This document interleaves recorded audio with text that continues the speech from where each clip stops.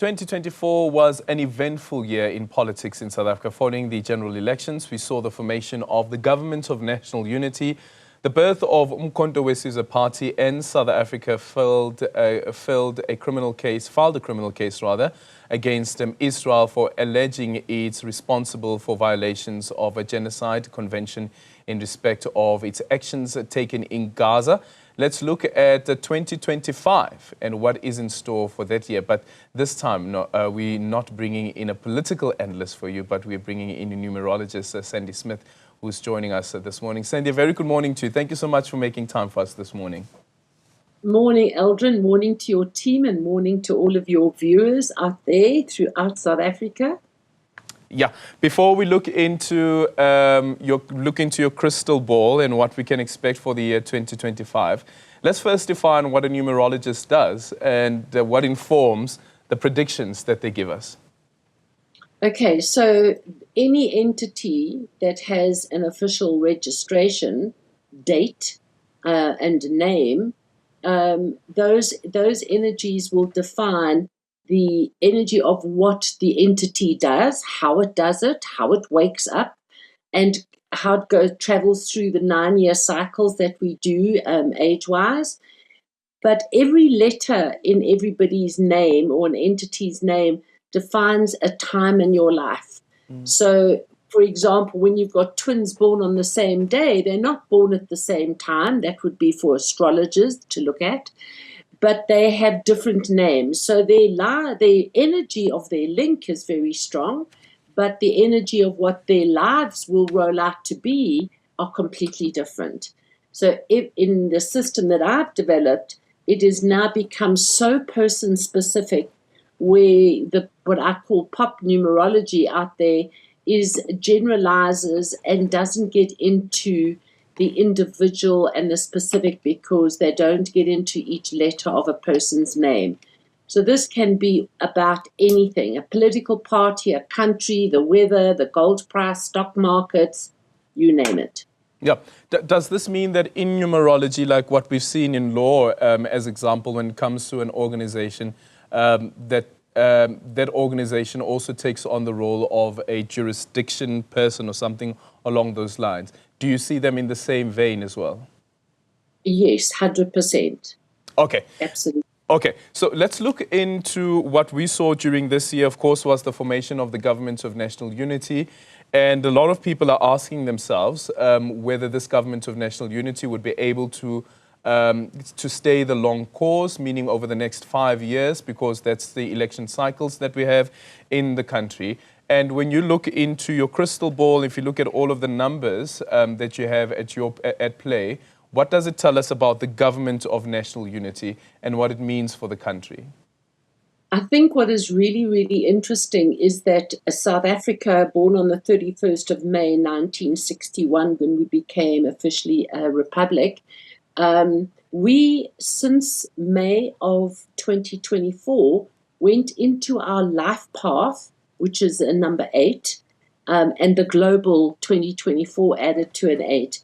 And quite interesting, whenever we hit our life path here, which is whenever your age adds to a 9, it is a very dig deep year. It's not a happy year. It's not an easy year at all. But it's a year to actually, as I say, dig deep. And I think South Africa has. I think the GNU is probably one of the best things that have happened to South Africa. And I think it's very sustainable. I think it's going to defy all of the odds. And it kind of, again, waves a flag to the rest of the world of what South Africa has achieved, since 1994, with our ups and downs. But the GNU is definitely very, very sustainable. I think that as much as it's a young baby, I think the adults within the GNU need to do a lot of growing up, that they need to step out of their party rhetorics and use the language that is about the GNU when they are speaking on behalf of the GNU. Yeah. But it's very sustainable. So South Africa is only going to move into its 2025 year from May, the 31st of May. The energy kind of starts 2 months before that, so around about the the 31st of March. Yeah, and with what you've just said now, including that whole figure of the number 9, which you also factor into the so-called adults within the GNU and where some of the issues are. But what, in terms of the numerology, what is that telling you about the organizations that are the adults in the room? And I presume here we're speaking about the ANC as well as the Democratic Alliance, which are essentially the main partners of the Government of National Unity. Well, let's get into the meaning of 2025. Yeah. Because on one hand, the 2025 adds to a 9. And a 9 is meditative, it's Buddhish, it tends to be thinking, it's really peaceful, it's the observer, it's the teacher, it's the guide, and it uses the knowledge and wisdom that it's gained from the year. So I'm talking about the global year. The energy of that year is to use the knowledge and wisdom of what has happened in the past and to actually make some corrections and some changes.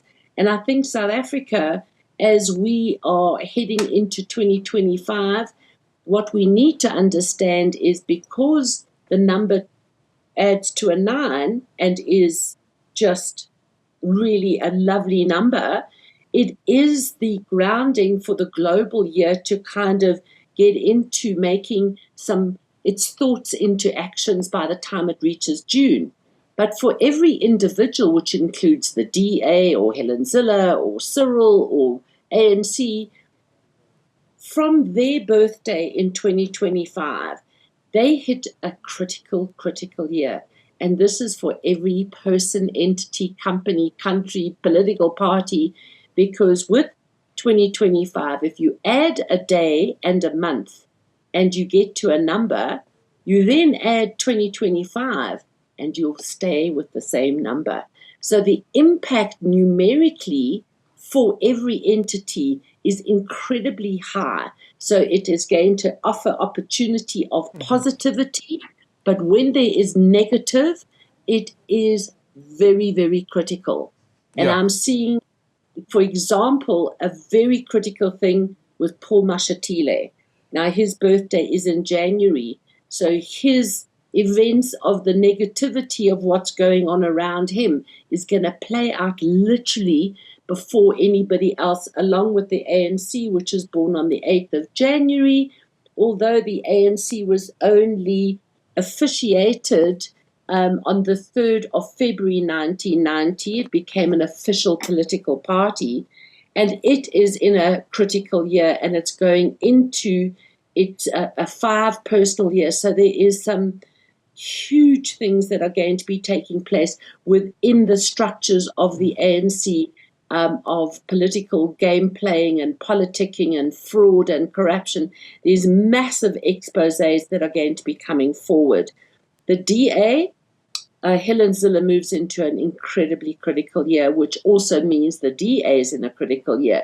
So this is what 2025 is going to show you, is that only from the birthday of the entity onwards is it going to be critical. Yeah. For the Umkhonto Sizwe party, its birthday is only in the latter part of the year, being the 10th of December. It was registered in 2023. That from December of 2025, pull it back 2 months to October onwards, it goes into, it literally comes to an end or a standstill. So there's something very critical happening, which is going to happen around Jacob Zuma, Duduzile, and Duduzane Zuma as well. Okay. I wish that we had more time, Sandy. Unfortunately, we've run out of time. We're going to ask some follow-up questions to what you've told us now. But let's wait and see what comes up in the year 2025. It's almost how many days now left before the year comes to an end? About 3 days left until the year comes to an end. And let's see how that is going to unfold. Thank you so much for making time for us.